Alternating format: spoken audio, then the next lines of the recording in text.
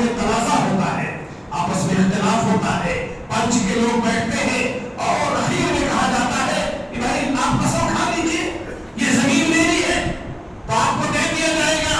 اب آدمی سوچتا ہے ایک بار قسم بھی تو کھانا ہے، ایک بار اللہ کی قسم بھی تو کھانا ہے، اس کے بعد ہمیشہ کے لیے زمین ہو جائے گی۔ یعنی نبی جناب محمد عربی صلی اللہ علیہ وسلم نے وہی سناتے ہوئے فرمایا من اقتطع حق امرئ مسلم بیمینہ فقد اوجب اللہ له النار وحرم علیہ الجنہ۔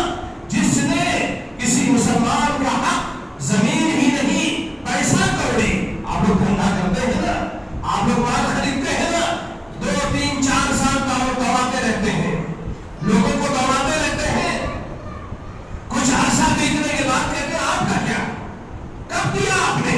اور اگر چیک میں نہیں دیا، آن لائن نہیں دیا ہے، اکاؤنٹ میں نہیں دیا ہے، لکھا پڑھیے بھائی آپ نے لکھ دیا ہوگا۔ اس طریقے سے یعنی نبی جناب محمد عربی صلی اللہ علیہ وسلم نے فرمایا جس نے کسی مسلمان کا حق جھوٹی قسم کھا کر کے مارا ہے تو اللہ تعالیٰ نے اس کے اوپر جہنم کو واجب اور جنت کو حرام قرار دیا ہے۔ صحابہ میں سے کسی نے کہا وَإِنْ كَانَ شَيْءٌ يَسِيرًا، اللہ کے نبی یہ چھوٹا ہی حق کیوں نہ ہو، معمولی ہی چیز کیوں نہ ہو؟ آپ نے کہا اگرچہ پیلوں کے درخت کا ایک ٹکڑا ہی کیوں نہ ہو جس کے ذریعے ہم لوگ مسواک کرتے ہیں، عرب کے لوگ مسواک کرتے ہیں، وہ ٹکڑا ہی اگر کسی نے جھوٹی قسم کے ذریعے ظلم لے لیا ہے تو جہنم واجب اور جنت حرام ہے۔ ظلم کی ایک شکل ہمارے سماج میں موجود ہے، ظلم کی ایک تیسری شکل ہم نے ابھی دیکھا۔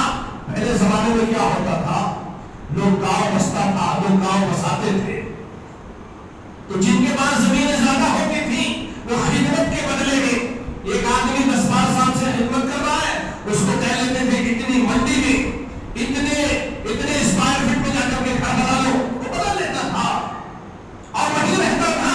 اب بعد میں اس کے نام پر وہ چیز چڑھی نہیں، اس کے بعد میں دینے والے کے بچے، اس کے پوتے اور نواسے آئے، انہوں نے دیکھا ہمارا رقبہ تو وہاں تک ہے، یہ کون ہے یہاں پر؟ حالانکہ اس کے بعد آپ دے چکے ہیں، ہیبا کر چکے ہیں۔ یعنی نبی جناب محمد عربی صلی اللہ علیہ وسلم نے فرمایا العائد فی ہبتہ کالکلب یعود فی قیئہ، وہ آدمی جو ہیبا کرنے کے بعد کسی کو کوئی چیز گفٹ دینے کے بعد اس کو واپس مانگتا ہے، اس کتے کی طرح ہے جو قے کرنے کے بعد، الٹی کرنے کے بعد پھر دوبارہ اسی کو چاٹتا ہے۔ لوگوں نے کیا کیا؟ اب وہ نہیں دے رہا ہے، کہا بھائی میری زمین ہے، آپ کے دادا بابا دے کر کے گئے ہیں۔ سامنے والا جا کر کے کورٹ اور کچہری میں نوٹری کرواتا ہے، دستاویز بنواتا ہے اور دستاویز میں جا کر کے فائل کرتا ہے، اور وہ سامنے والا کمزور ہے، کہاں جائے گا کورٹ اور کچہری میں؟ اس طریقے سے وہ ثبوت لا کر کے دیتا ہے اور کہتا ہے یہ میری زمین ہے۔ یعنی نبی جناب محمد عربی صلی اللہ علیہ وسلم نے فرمایا اگرچہ کورٹ نے بھی فیصلہ دے دیا ہو اور وہ زمین کا مالک کوئی اور ہے اور اس کے خلاف آپ نے اگر یہ دستاویز تیار کیا ہے تو پیارے نبی صلی اللہ علیہ وسلم فرما رہے ہیں دنیا کی عدالتوں کی بات چھوڑیے، دنیا کے high court, supreme court, lower court کی بات چھوڑیے، مجھ جیسا قاضی بھی جو ایک انسان کی شکل میں ہے تمہاری طرح، اگر کوئی میرے پاس کوئی مقدمہ لے کر کے آتا ہے اور میں دونوں فریق میں سے ایک فریق کی چرب زبانی سے متاثر ہو کر کے میں اس کے حق میں فیصلہ دے دیتا ہوں، حالانکہ اس کا دوسرا بھائی حق تھا، تو یہ بس سمجھنا یہ فیصلہ محمد عربی صلی اللہ علیہ وسلم کے دربار سے صادر ہوا ہے، بلکہ میں نے اس کو جہنم کا ایک ٹکڑا کاٹ کر کے دیا ہے۔ انما انا بشر وانکم تختصمون الی ولعل بعضکم ان یکون الحن بحجتہ من بعض، تم لوگ میرے پاس اپنے مقدمات لے کر کے آتے ہو اور ایک فریق بات چرب زبان ہوتا ہے، اپنی بات کو دلائل کی روشنی میں رہتا ہے، میں اس سے متاثر ہو کر کے فیصلہ دے دیتا ہوں، اگر میں نے بھی ایسا کر دیا تو میں نے اس کو جہنم کا ایک ٹکڑا کاٹ کر کے دیا ہے۔ ہمارے گاؤں میں کئی ایک واقعات ایسے ہوئے، پرانے زمانے سے لوگوں کے گھر کا راستہ تھا، لوگوں نے بمبئی، بھیونڈی، دلی میں پیسہ کمایا، جب گھر بنانے کی بات آئی تو سب سے پہلے اپنے بھائی کی زمین پر قبضہ کیا، اپنے پڑوسی رشتے دار کی زمین پر قبضہ کیا اور ایسے ہی تحصیلوں سے جھوٹے دستاویز بنا کر کے لائے۔ سنت کو پیارے نبی صلی اللہ علیہ وسلم نے فرمایا بھلے ہی دنیا کی عدالتوں کا فیصلہ ہو لیکن اگر تمہارا بھائی حق پر ہے اور تم نے اگر ایسا حق مان لیا ہے تو گویا آپ کو جہنم کا ایک ٹکڑا کاٹ کر کے دے دیا گیا ہے۔ ظلم کی اور بھی ایک شکل ہے، ہم لوگ کاروبار کرتے ہیں، بزنس کرتے ہیں، لین دین کرتے ہیں، ادھاری میں لین دین زیادہ تر ہوتا ہے۔ آدمی نے پیسہ مان لیا، مال بیچا، اس کے بعد بھی پیسہ نہیں دے رہا ہے، اس کے پاس دینے کی طاقت ہے، پیسہ واپس کرنے کی طاقت ہے، مگر گاؤں میں جا کر کے چوراہے پر زمین لے لیتا ہے یا ایک فلیٹ اور خرید لیتا ہے۔ چھوٹے بچے کے پاس، بڑے بچے کے پاس گاڑی تھی، مجھے والے بچے کے لیے گاڑی خرید لیتا ہے۔ پیسہ ہونے کے بعد ادھار مار دینے والے کو پیمنٹ نہیں دیتا ہے، آج کل کر کے ٹال مٹول کرتا ہے۔ پیارے نبی صلی اللہ علیہ وسلم نے فرمایا مثل الغنی ظلم، ایک مالدار آدمی کا پیمنٹ کے لینے اور دینے میں ٹال مٹول کرنا یہ بھی ظلم کی ایک شکل ہے۔ ہمارے سماج میں اب کثرت کے ساتھ موجود ہے۔ اب تو بڑا اچھا آسان سا راستہ ہے، موبائل سوئچ آف کر لیجئے، موبائل سوئچ آف کر لیجئے یا سامنے والے سے گالی دلوا دیجئے۔ کوئٹہ اور بمبئی میں کتنے لوگ رہتے ہیں، 60-70 لاکھ روپے کا مال دیا اور جذبات میں آ کر کے لینے والے کو بڑا بڑا کہہ دیا، اس نے کہہ دیا نہیں دوں گا، آپ نے ہمارے ماں بہن کو گالی کیوں دیا، 60-70 لاکھ روپیہ کھا گیا۔ مگر الغنی ظلم، ظلم کی ایک شکل ہمارے سماج میں ہے، پیمنٹ دینے میں ٹال مٹول کرنا۔ ایسے ہی ظلم کی ایک شکل ہماری گلیوں میں نظر آتی ہے، ہمارے محلوں میں نظر آتی ہے۔ وہ کیا ہے؟ ہمارے بچے بائک چلاتے ہیں، ہم لوگ گاڑی چلاتے ہیں، اور اسپیشلی خصوصی طور پر مسلم محلوں کی بات کرتا ہوں، یہاں کوئی نظام نہیں ہے، یہاں کوئی سسٹم نہیں ہے، جس کو ظلم کی ساری شکلیں دیکھنی ہے وہ مسلم محلوں میں آ جائے۔ بھلے ہم لوگ اپنے آپ کو اہل سنت کہیں، حنفی کہیں، شافعی کہیں، مالکی کہیں، حنبلی کہیں، 5 وقت کی نماز پڑھیں، مگر جب ہم گلی محلے میں چلتے ہیں تو ہم ظالم ہوتے ہیں۔ ہماری گاڑی کی پارکنگ کہاں ہے؟ سائڈ میں ہے، پارکنگ کی ایک جگہ ہے، لیکن سامان سامنے سے لینا ہے، 2 قدم یا 2 میٹر دور بائک نہیں کھڑی کر سکتے، بیچ میں بائک کھڑی کر دیتے ہیں۔ یہ بدوشی فی لیل محل ہی، بائک کو پارکنگ میں نہ کھڑی کر کے بیچ راستے میں کھڑا کرنا، آنے جانے والوں کو تکلیف دینا، یہ بھی ظلم کی ایک شکل ہے۔ اور ہمارا مسلم سماج ڈیلی اپنے گزرنے والوں کو ڈیلی تکلیف دیتا ہے۔ ظلم کی ایک شکل ہمارے یہاں اور ہے، ساری گندگی، گھر کی ساری گندگی جھاڑو لگانے کے بعد اٹھا کر کے لا کر روڈ میں دے دیتے ہیں، کچرے دان میں نہیں ڈالتے۔ ارے ہم لوگ تو ایک بڑی سوسائٹی میں رہتے ہیں جہاں 165 فلیٹ ہے اور الحمدللہ 101% مسلمان ہیں، لیکن لوگ بکرے کی ٹانگ کھا جاتے ہیں، اس کا گوشت ہڈی اوپر سے نیچے پھینک دیتے ہیں، مرغی فرائی کھا جاتے ہیں، گوشت ہڈیاں نیچے پھینک دیتے ہیں، ماں اور بہنیں کنگھی کرنے کے بعد بال کا جو پٹھا ہوتا ہے اس کو اٹھا کر کے نیچے پھینک دیتے ہیں۔ ارے بچوں کے پیشاب بہانے کا پیر تک نیچے پھینک دیتے ہیں۔ نمازی گزر رہے ہیں، سارے لوگ مسلمان ہیں، وَدَعُ الشَّيْءِ فِي غَيْرِ مَحَلِّهِ، اس ہڈی کو، بال کے اس بچے کو، بچوں کے اس پیشاب بہانے والے پیر کو میں نے ایک مرتبہ اپنی بندی میں دیکھا، ممبر پر ذمہ داری کے ساتھ کہتا ہوں، عورتوں کے خون کا بھی پیر لفٹ کے پاس پایا گیا۔ یہ مسلم سماج کی بات کرتا ہوں، اس ظلم کی ساری شکلیں ہمارے سماج کے اندر موجود ہیں۔ گندگی کا یہ عالم ہے۔ ممرا میں دیکھا، مین روڈ پر میں ممرا میں رہتا ہوں، ایک 4 ویلر والا بیچ روڈ پر کھڑا ہے، ایک بائک والے سے دونوں بات کر رہے ہیں بیچ راستے میں، نہ آدمی دائیں سے جا سکتا ہے نہ بائیں سے جا سکتا ہے، دونوں ہنس کر کے بات کر رہے ہیں، آگے پیچھے لوگ ہارن مار رہے ہیں۔ آپ کیا کہو گے؟ ایک اولا والے سے کہا کسی نے کہ بھائی سائڈ میں لگا لے، تو آپ کو بتا دیں یہ ممرا ہے، یہ کیا ہے؟ ممرا ہے، یعنی یہاں سرمایہ ہے۔ ظلم کی ساری شکلیں ہمارے سماج موجود ہیں۔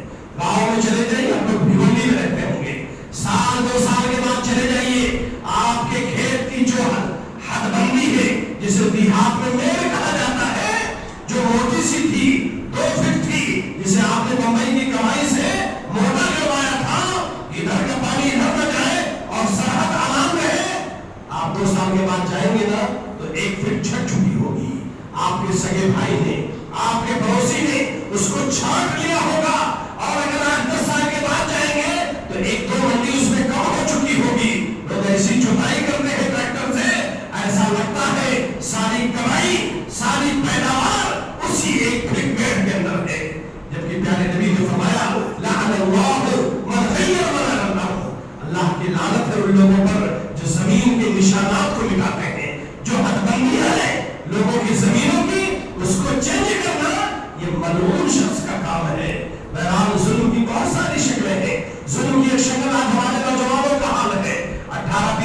ملک میں ماں باپ شادی کر دیتے ہیں، 1 مہینہ تو خوب ہنی مون مناتے ہیں، یہاں سے کشمیر، کشمیر سے شملہ، شملہ سے منالی، منالی سے میسور، امریکہ لندن کہاں کہاں جاتے ہیں۔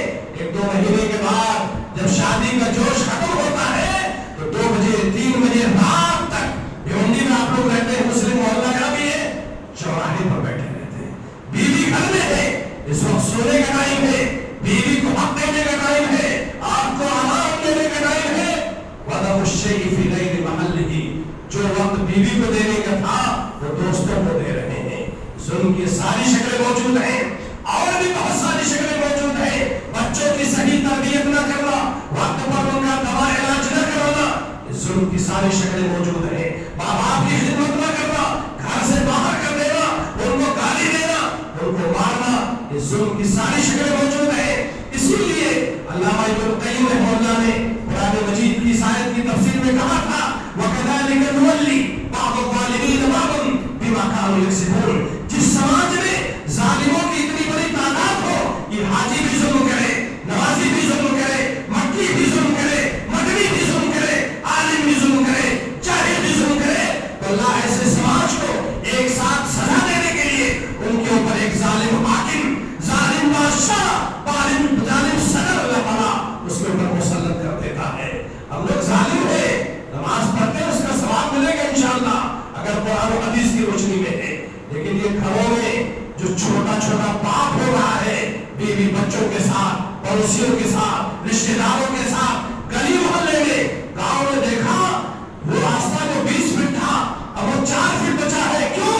بمبئی کے پیسے سے انہوں نے پکا مکان بنایا تو 5 فٹ اندر لے لیا، کیوں بھائی؟ یہ گرام سماج کی زمین ہے، تو گرام سماج کی زمین پر تو پورے گاؤں والوں کا حق ہے، آپ نے اکیلے کیوں مار لیا؟ اسی لیے علماء نے کہا یہ گرام سماج کی زمین پر قبضہ کرنا یہ بڑا گناہ ہے ایک آدمی کے اکیلے زمین پر قبضہ کرنے سے، اس لیے کہ آپ لوگوں نے ہزاروں لوگوں کا حق مارا ہے۔